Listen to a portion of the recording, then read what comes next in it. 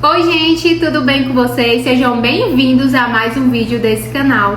E hoje eu dou início de um dos vídeos mais importantes da nossa vida, que é o diário da Five. E para quem não nos conhece, eu me chamo Andressa e esse é meu marido Martins. E aqui a gente vai compartilhar com vocês uma das nossas maiores jornadas da vida, que é de sermos pais.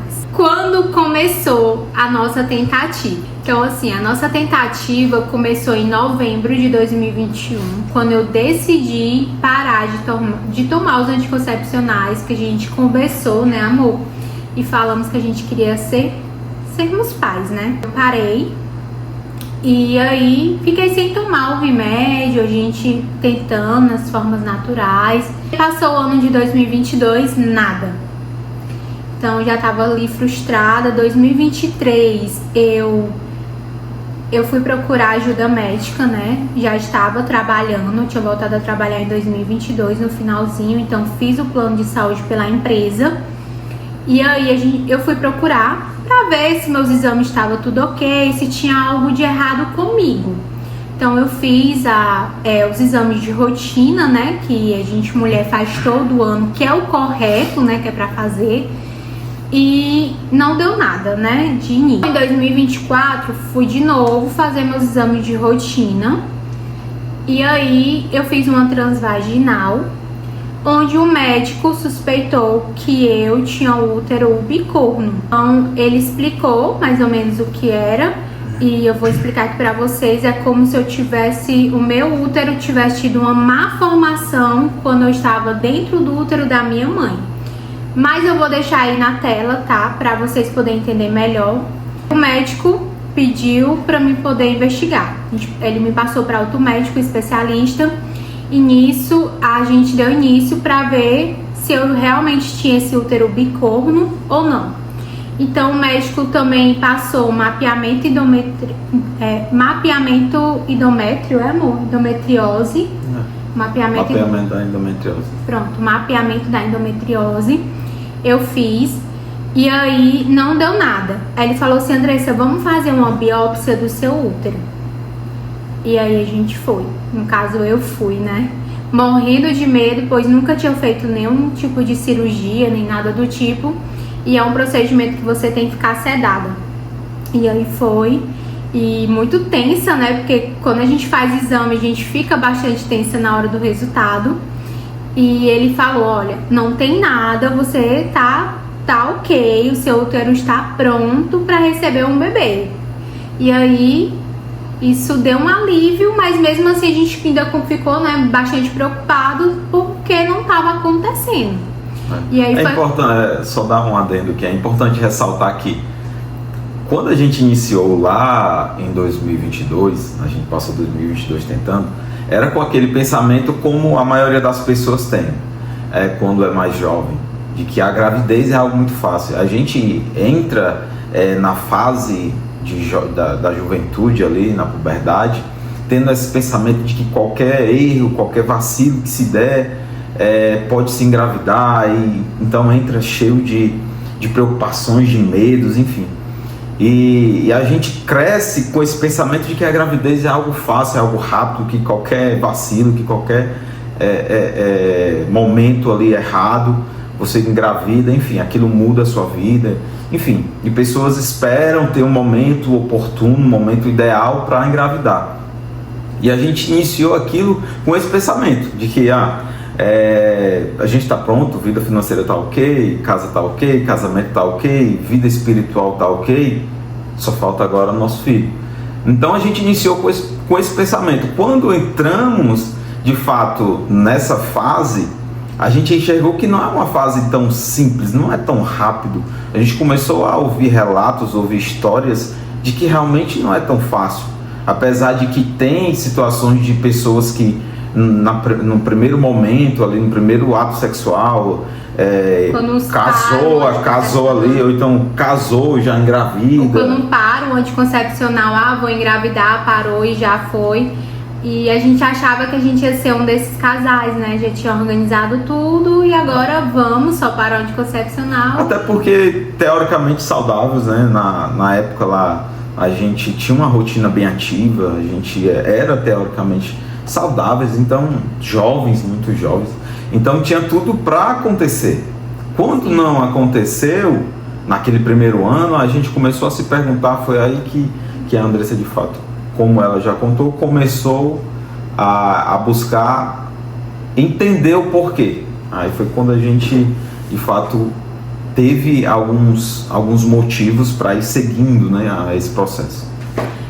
Enfim, gente, e meio a isso, vem a importância do parceiro que você tá, né, ali, porque o Martins vendo tudo isso acontecendo, e normalmente acontece mais com nós mulheres, né, essa impossibilidade de engravidar, e ele vendo a minha frustração todo mês ali, aquela decepção ali, aquela tristeza de ver que a minha menstruação desceu, e aí ele foi buscar também ver se estava tudo ok com ele. Na realidade, a fala da Andressa eu entendo um pouco diferente, né? Ela trouxe o ponto de que para as mulheres tende a ser mais difícil, né? Enfim, tem a possibilidade de ter mais complicações. Eu enxergo isso um pouco diferente. Eu enxergo que em alguns momentos, eu acho que na atualidade, no século a qual nós estamos, tornou-se, se não igual para ambos, tanto homem como mulher. Não sei se por questão de alimentar ou falta de exercício físico, não sei. Mas eu vejo que isso está muito mais comum do que a gente imagina. Só que qual é o grande problema? Porque que a gente costuma ouvir mais que a mulher de fulano, a minha esposa, ou minha tia, ou a minha irmã não consegue engravidar porque ela tem isso, ela tem aquilo. Porque a mulher em si, ela demonstra mais fácil. Ela não tem vergonha de dizer o que está passando, de pedir ajuda. O homem, infelizmente, traz esse senso mais machista e ao mesmo tempo se prende, se segura, se retrai, prefere achar que o problema continua sendo a mulher, sendo que o problema pode ser nele. Ele pode ser algo simples, ele pode solucionar, mas prefere deixar de lado, prefere continuar acreditando que o problema nunca vai ser nele, né? E eu acredito que esse é o ponto principal.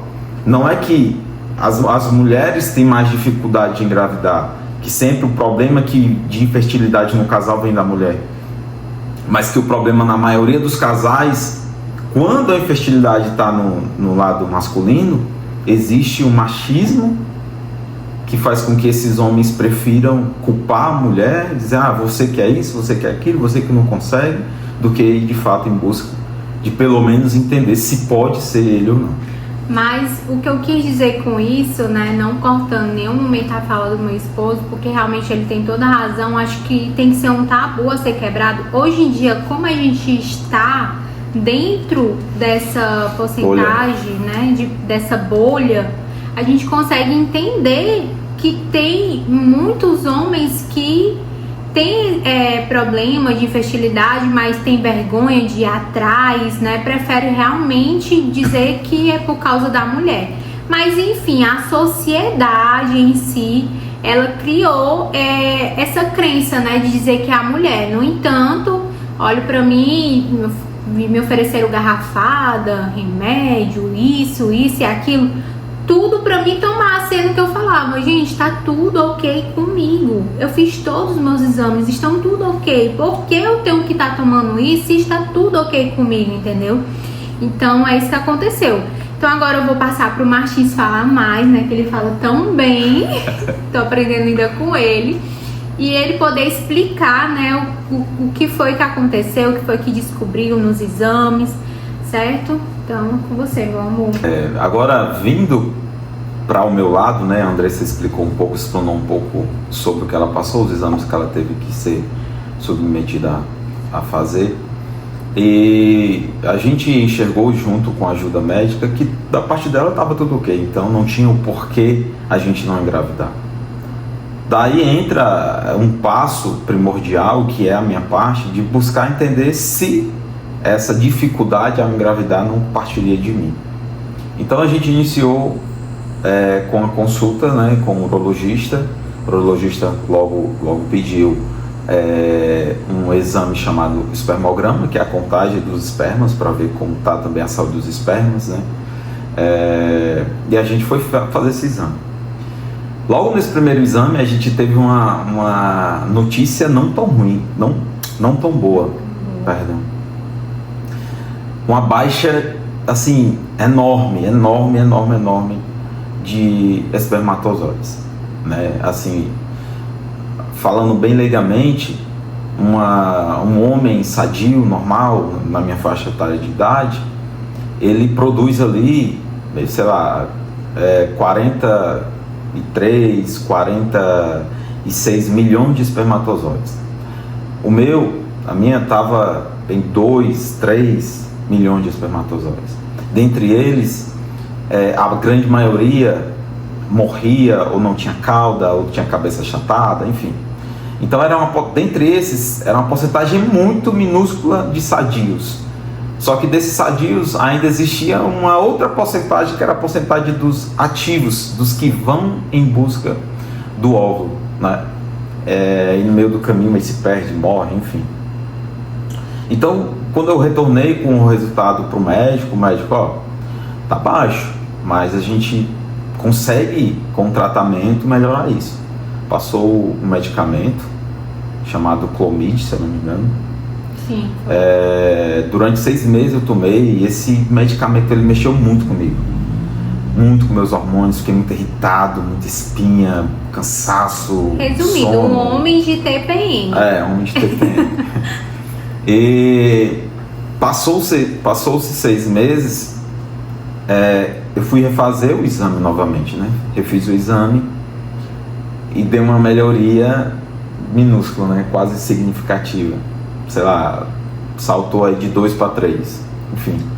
Aí voltei pro médico e o médico, não, vamos tentar mais um pouco. Aumentou a dose, eu tentei mais um pouco, mais 6 meses. Isso aí o tempo já vai passando, já vai um ano e a gente tentando. E ele disse, dentro desse período vocês continuem tentando, normal, porque tem a possibilidade, você está tomando o medicamento, então ele vai aumentar, então tem a possibilidade de vocês engravidar, vocês vão tentando. Então mês após mês era uma frustração. A gente iniciava um mês com aquela expectativa, estou tomando medicamento, vai dar certo, vai evoluir, vai melhorar, vamos tentar, a gente tentava. E quando chegava que a Andressa menstruava, entrava no período menstrual, vinha aquela frustração, aquela dor, aquela angústia, vinha a cobrança dos familiares, dos amigos próximos, cadê o filho, cadê meu sobrinho, cadê meu neto, enfim.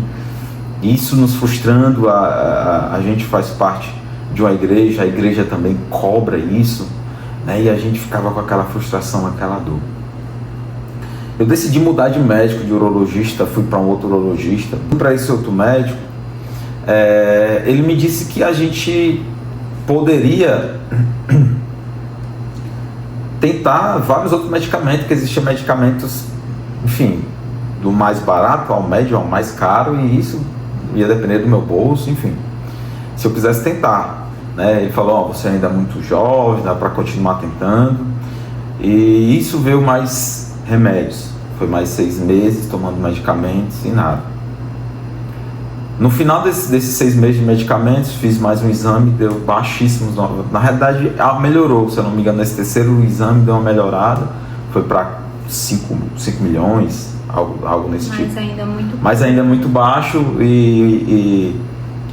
e os espermatozoides com muito defeito, né, na morfologia. Então, eu fui para um terceiro médico. Nesse terceiro médico foi uma consulta presencial, a penúltima consulta tinha sido online, né? Eu fui na consulta presencial e esse médico foi muito duro comigo. Eu saí de lá chorando, saí de lá coração quebrado. Ele olhou para mim e disse assim, não tem jeito, não dá. Você já tentou várias vezes, você já tomou esse remédio, você vai fazer mais o quê? Você tem que ir para a FIV, você vai continuar só tentando e se frustrando? Não faz mais sentido. E aquilo me arrasou, me quebrou, sabe? Eu saí de lá, fui para casa de um amigo e pedi ali um abraço. Não consegui nem... Se eu não me engano, eu estava trabalhando, né? Eu ainda estava trabalhando. Então eu não consegui ter o abraço ali da minha esposa e eu fui para casa desse meu amigo no horário de almoço. Almocei com ele, chorei com ele. E aquilo ficou me corroendo, né? E a gente decidiu, de fato, buscar uma ajuda um pouco mais especializada. E isso foi, isso que o Martins comentou, foi ali entre 2023 até, acho que comecinho de 2025, né, amor, tomando remédio. Então, assim, foi um tempo, assim, 1 ano e um pouquinho, ele tomando esses medicamentos muito fortes, mexeu muito com ele. E é uma coisa que eu esqueci até de falar, que além do exame de espermograma que eu fiz, eu também fiz um exame para ver como é que estava o meu saco escrotal, se de fato tinha algum problema ali, se tinha um câncer, se tinha algo que estava impedindo disso, né? Impedindo dessa produção. Então eu fiz esse exame, é um exame muito constrangedor, enfim. E é difícil, né? Porque assim, nós mulheres, a gente tem nossos exames de rotina anual e já é difícil pra gente, né? Mas pro homem, então assim, eu admiro muito o meu esposo. Que bom que eu tenho um parceiro que não me deixou sozinha nessas, em questão de frustração. Porque muitos parceiros estão com a sua esposa em todos os momentos, mas quando vai para esse momento que vai mexer com o íntimo dele, né, que é muito íntimo, eles desistem. Mexe, não é nem com o íntimo, é com o ego mesmo, entendeu? E graças a Deus o Martins foi bem aberto e para mim ele é um exemplo como homem por ter feito isso, né, por nós. Porque quando fala em engravidar juntos, é sobre isso, tá? Eu fazer os meus exames, mas também ele tá indo buscar fazer o dele para saber se tá tudo ok. Então, aproveitando só, não sei se isso vai entrar até no vídeo, né? Mas vou falar aqui que veio na minha mente. Isso que tu falou é algo muito interessante, porque tem muitos casais que quando engravidam, o homem esquece que ele faz parte daquilo. Aí larga a mulher só. Simplesmente qual o papel? O homem acha, muitos homens, muitos mesmo, e eu tenho pessoas próximas a mim com esse pensamento, de que o papel dele é trabalhar, colocar o dinheiro dentro de casa e pronto, o resto é a mulher. Aí a mulher tem que passar por toda a dor sol, cuidado com a criança, tem que deixar tudo pronto para quando o cara chegar, tá tudo pronto. Por que ele não pode? Beleza, ele trabalhou, cansou, trouxe o sustento para a família, mas ele não pode chegar em casa e também ajudar a esposa? Sim. Então existe muito essa barreira em muitos lares, infelizmente. E o que a gente precisa entender é que quando a gente fala para os amigos, para os familiares, engravidamos, os dois engravidaram, não foi só a minha esposa engravidou, engravidamos, vamos ser pais. Então a responsabilidade, o afeto, o tratar, ele é desde o início. É como eu vou tratar a minha esposa, como ela vai me tratar, isso vai repercutir para quando a criança estiver conosco. Isso mesmo. Antes da gente falar, né, sobre o nosso procedimento da FIV, né, como foi, a gente também trocou de plano de saúde. A gente soube que o doutor Marcelo, que é o doutor que está nos acompanhando hoje em dia, ele fazia parte, né, a clínica dele, o convênio com a Unimed, que é o que a gente está hoje. Então, deu uma oportunidade, né, pra mim foi coisa de Deus.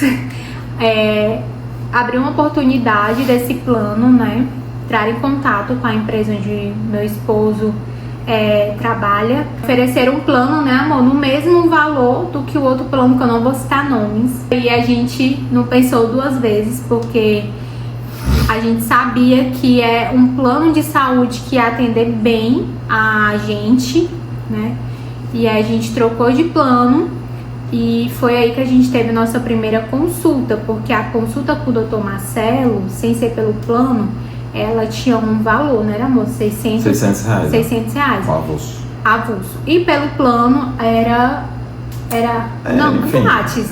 Não é grátis não, é tipo com participação. Isso, mas não foi 600 reais, né? Não vem ao caso. Mas não vem ao caso. Então a gente vai falar agora o nosso primeiro contato aí com a FIV e tudo, como foi. Em setembro do ano passado, de 2025, finalzinho do mês, a gente foi fazer nossa primeira consulta com o Dr. Marcelo. E ele explicou tudo pra gente, explicou como é o procedimento, como é feito a transferência, como é a preparação do corpo, né, da mulher e a parte do homem, como é feito a junção para seus embriões. Então, assim, a gente vai falar aqui de uma forma bem leiga, tá? Porque tem uns nomezinhos bem técnicos, né, amor? Então a gente teve esse primeiro contato, onde ele explicou e ele já passou uns exames pra gente, né?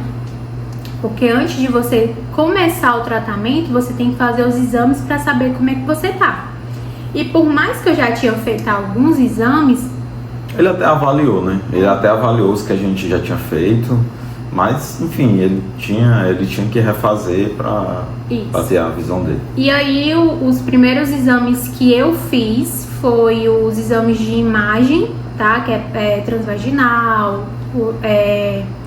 tração mamária, abdominal, tireoide e também os de sangue, que incluía também da tireoide, né? Então fiz todos esses exames e também ele passou pro Martins, né, amor? Eu fiz um novo espermograma lá. Fiz de novo lá. Tanto que esse novo espermograma lá, deu assim uma contagem absurda, né? Foi. Quando a gente viu, a gente ficou muito feliz. A gente ficou, meu Deus, do nada. A gente chegou nesse novo espermograma, se eu não me engano, foi 18 milhões. Ou seja, ainda tá baixo.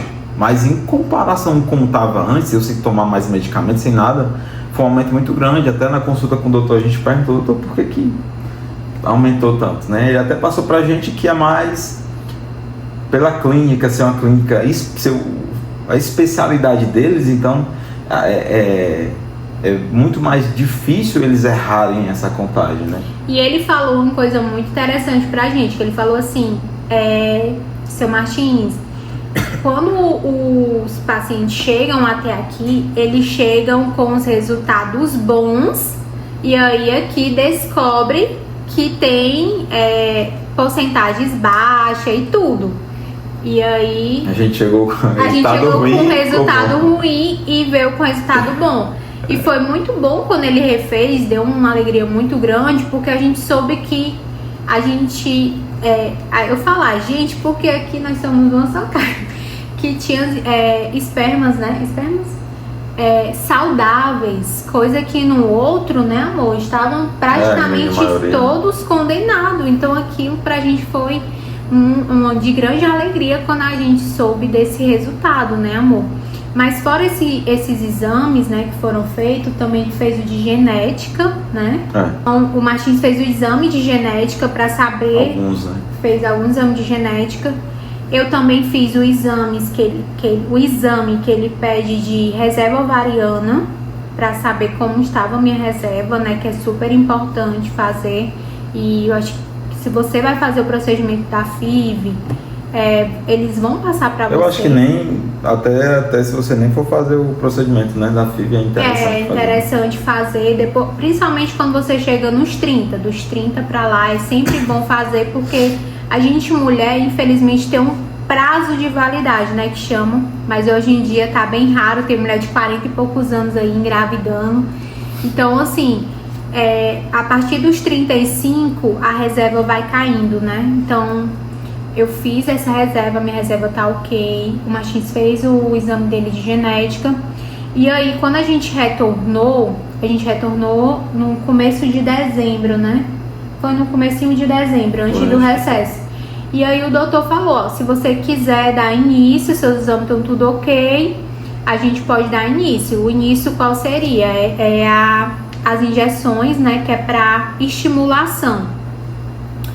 E aí a gente decidiu, né, amor, como já tava final do ano, e a gente sabe que essas injeções mexem muito com os hormônios e tudo, tem ali, todo dia tá aplicando, a gente decidiu, né, não, vamos esperar, e vai que aconteça, né, a gente quando é tentante, qualquer brechinha a gente vê uma esperança. Aproveitou o resultado do exame que deu positivo, né, os exames genéticos, o espermograma, os exames genéticos da Andressa, deu tudo positivo, então vamos continuar tentando. Positivo bom, né? Positivo bom. E caso janeiro ainda não tenham conseguido, aí a gente retorna. Pois é. Aí a gente retornou em janeiro desse ano, certo? E aí pegou que, como eu tinha passado o prazo de exames, né? Porque só é 3 meses, eu tinha feito no dia 1º de outubro. E quando eu retornei já foi em janeiro. E aí eu tive que refazer os exames. Então eu refiz os exames novamente, só os exames mesmo de sangue, não precisei fazer o de imagem. E graças a Deus deu tudo ok, né? Tava com pouco tempo que eu tinha feito.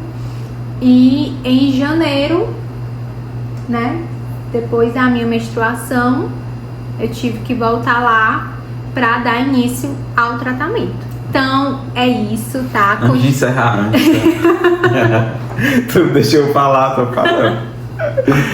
Eu quero só aproveitar aqui para fazer um pontinho, né? Só acrescentar um pontinho nesse início, que antes da gente decidir ir para a FIV, tinha algo que nos prendia muito, a nossa questão religiosa, né? Quando a gente levava esse assunto para o pastor, para alguém próximo que tinha um conhecimento maior, mais tempo na religião, seguindo a Cristo, a gente recebia de algumas pessoas próximas um retorno negativo, né, de que a gente estava com pouca fé, que a gente deveria orar mais, que a gente, enfim, que tinha que esperar. E a gente ficava se questionando se de fato a gente estava distante de Deus. Se é só em pensar em ir para a FIV e não esperar o tempo de Deus, se a gente estava errando. Aí a gente ao mesmo tempo se questionava, e qual é o tempo de Deus? Será que o tempo de Deus não já chegou e o tempo de Deus é a FIV? Enfim, e a gente ficava com esse questionamento interno e isso doía demais. E outra coisa, eu espero não ter lhe interrompido, mas outra coisa, é oração. Oração pra gente é orar e ação. A gente vem orando, continua orando, porque quem é crente não para de orar. A gente tem que orar todos os dias. Então a gente continua orando, a gente jejuou, mas a gente teve que ter uma ação. E é o que eu falo e continuo falando. Deus deu dons a médico, a advogados, cada um de nós temos um dom. E a gente pode sim se beneficiar desse dom, até porque Deus é o dono da ciência, tá? Então assim, a gente ainda não sabe o amanhã e como é que vai ser. Mas independente do resultado, seja ele positivo ou negativo, a gente continua confiando e crendo que Deus vai fazer. Pode ser agora, pode ser depois, pode ser ano que vem, a gente sabe que um dia ele vai fazer. Mas a gente está tendo a ação, entendeu? Deus, ele quer que a gente age, né, de alguma forma. Então, não fique presa só à religiosidade, que Deus faz milagres só apenas a mulher não podia ter filho, acabou tendo filho, isso não. Deus faz milagres também de outras formas. E no nosso caso, a gente vê o milagre de Deus na parte financeira. Porque até um tempo atrás a gente não tinha condição de fazer a FIV de forma nenhuma. Não é um procedimento, um tratamento barato. Não é barato. E se vocês quiserem, depois eu gravo um vídeo falando só sobre valores. Então, assim, não é barato. Então, a gente até quando a gente olhou para o nosso financeiro, que conseguiu enxergar que se encaixava, né? A gente olhou e entendeu que a mão de Deus estava ali. Quando a gente viu, há um ano atrás isso não era possível. Um ano atrás a gente já estava tentando, isso não era possível. Como é que agora já é possível? Não é? Eu vou falar bem claro para vocês que estão assistindo. Não é possível não, esse possível que a gente está falando não é um possível se apertando, é um possível livre. Livre de reserva de emergência de um lado, caixa do outro, e ainda tem um valor livre. Então, é graças a Deus. E tem a mão de Deus por aí. Então, a gente deu esse passo entendendo e com baixa em oração, em pedido, enfim.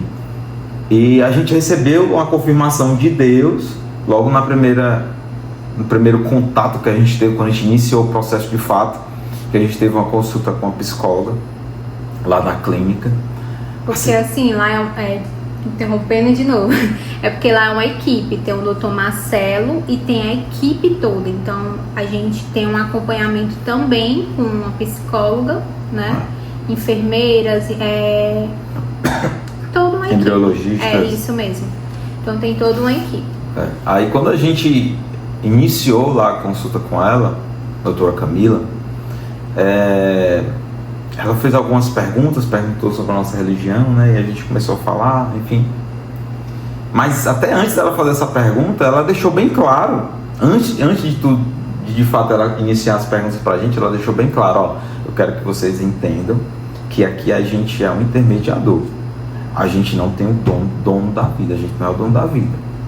A gente ajuda vocês em um processo, o restante é Deus. Quando ela falou isso, ficou claro a resposta, claro. Porque eu, Andressa, estava me cobrando muito referente a isso. Andressa, estava me cobrando muito. Fiquei, muito, sabe? Confusa. Que isso é uma dica, uma coisa que eu falo pra vocês que pretendem fazer a FIV. Cuidado com quem você vai comentar sobre isso. Nem todos estão preparados, né? Para ouvir ou lhe dar um conselho sobre isso. Então, assim, eu abri isso para algumas pessoas que me deixaram extremamente confusa, principalmente na minha vida com Deus. Porque eu fiquei pensando assim, meu Deus, será que eu quero passar por cima de ti? Buscando um homem para me realizar um sonho de ser mãe junto com meu esposo, né? De sermos pais. Então, isso ficou me corroendo por dentro. E eu orava, chorava aqui em casa, meu marido saía, fazia meu devocional e eu chorava, clamava, porque eu queria uma resposta de Deus. Será que eu estou no caminho certo? Então, quando a psicóloga falou isso, pra mim foi como uma resposta, meu coração se acalmou, sabe? E aí ele se acalmou tanto, né? Na consulta ela falou assim, eu quero que vocês entendam que esse é um processo que causa muita ansiedade, porque cada passo você fica ansioso. Exemplo, a gente inicia um processo, a gente fica esperando o resultado desse processo, depois vai para outro processo aí. Então vai causando muita ansiedade. Só que a gente iniciou o processo, a gente está quase no final de tudo, e a gente está tranquilo mesmo. Acho que a parte mais ansiosa que eu fico é de acabar logo de tomar os remédios, porque é a parte assim, um pouquinho chata. E enfim, outra coisa que eu também quero falar pra vocês antes de finalizar esse vídeo tenha uma conversa com você e com seu esposo, porque assim, a FIV realmente ela não é 100%, porque quem dá a vida é Deus. Mas primeiro entenda se você e seu esposo estão preparados para ser felizes só vocês dois. E que foi uma das conversas que eu falei pra psicóloga que eu e meu esposo tivemos. Que a gente olhou um pro outro e falamos assim, a gente é feliz nós dois? Porque não deposite sua felicidade em coisas ou em pessoas, entendeu? Então a gente conversou sobre isso, se a gente é feliz como casal, até porque depois que os filhos crescem, eles vão embora e fica só você e seu esposo, entendeu? Então a gente teve essa conversa e a gente é feliz junto, a gente vem curtindo nosso casamento, a gente ainda tá curtindo nós dois, e por mais que eu engravide, a gente ainda vai continuar curtindo nós dois, pra sim a gente também continuar sendo felizes nós dois, só que com mais uma vida, né? Com um fruto ali que Deus vai nos dar, que eu creio que Ele vai nos dar. Então é sobre isso, tá, gente? E aqui a gente quer compartilhar todo esse passo, esse relato. Nos vídeos vocês vão ver eu explicando algumas coisas meio erradas, mas o Martins logo me corrigindo, porque é muita informação. medicação, assim, e vocês vão ver nos vídeos, tá? Então é isso, gente, a nossa iluminação até acabou, então é hora de finalizar esse vídeo. Espero que vocês continuem por aqui, continuem orando por nós, tá? E que venha dar tudo certo. E até o próximo vídeo. Tchau, tchau! Tchau!